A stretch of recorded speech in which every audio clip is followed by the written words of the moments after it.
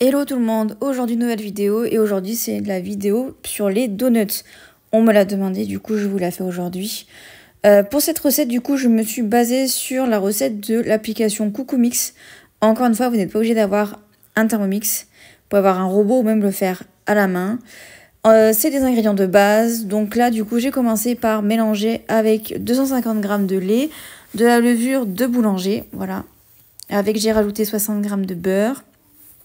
Par la suite, du coup, j'ai fait chauffer tout ça pendant 4 minutes, 30 à 37 degrés, vitesse 2. Ça donne du coup ça. On a rajouté l'arôme de vanille, une bonne cuillère à soupe, à peu près en termes de quantité.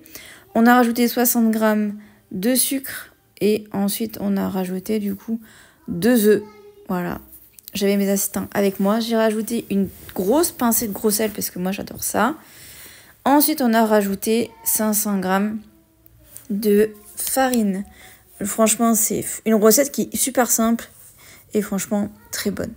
Ensuite, on a mis du coup 5 minutes dans le Thermomix à pétrir. Et voilà un petit peu ce que ça donne. Je vous montre un petit peu la pâte à quoi elle ressemble. On la laisse pousser pendant 1h30. Et voilà du coup le résultat. Bon, on voit les traces du torchon. Mais c'est pas grave, tant pis. Voilà, donc du coup là vous me retrouvez du coup en train de mettre mes gants pour pouvoir du coup m'occuper de la pâte. Donc voilà, du coup je farine le plan de travail et je mets du coup ma grosse boule de pâte sur la farine. Donc là en fait le but ça va être de l'étaler, ce qui peut être un peu fastidieux. Là ce qui est bien c'est que la pâte n'était pas trop collante, franchement pour ça c'est vraiment top. Donc vous voyez je la travaille quand même encore un peu, j'aime bien faire ça pour tout type de recette.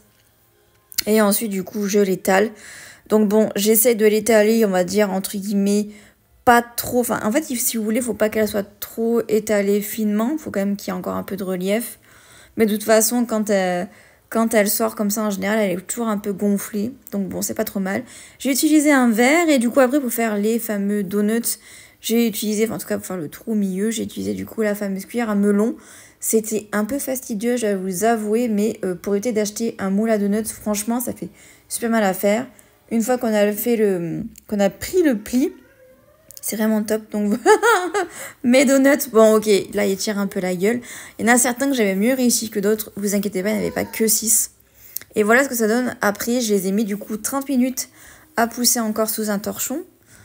Et du coup, après, j'ai décidé de les faire cuire dans de l'huile. Donc là, vous voyez, j'ai pris de l'huile de tournesol. De l'huile neutre, donc si vous avez de l'huile de pépins de raisin, ça fait aussi très bien l'affaire. Je les ai fait cuire du coup à 180, environ 1 minute de chaque côté. À peu près pour vous dire un peu les mesures. C'est assez rapide, hein. J'en avais fait environ plus d'une quinzaine, voire même une petite vingtaine, donc voilà un petit peu ce que ça donne. Alors s'ils sont bien marrons, c'est qu'ils sont un chouïa trop cuits, donc n'hésitez pas à faire attention. Et du coup après j'ai fait on va dire un nappage chocolat praliné du coup que j'ai fait fondre. Bon après j'ai refait un nappage qui était beaucoup plus lisse, mais voilà pour la recette.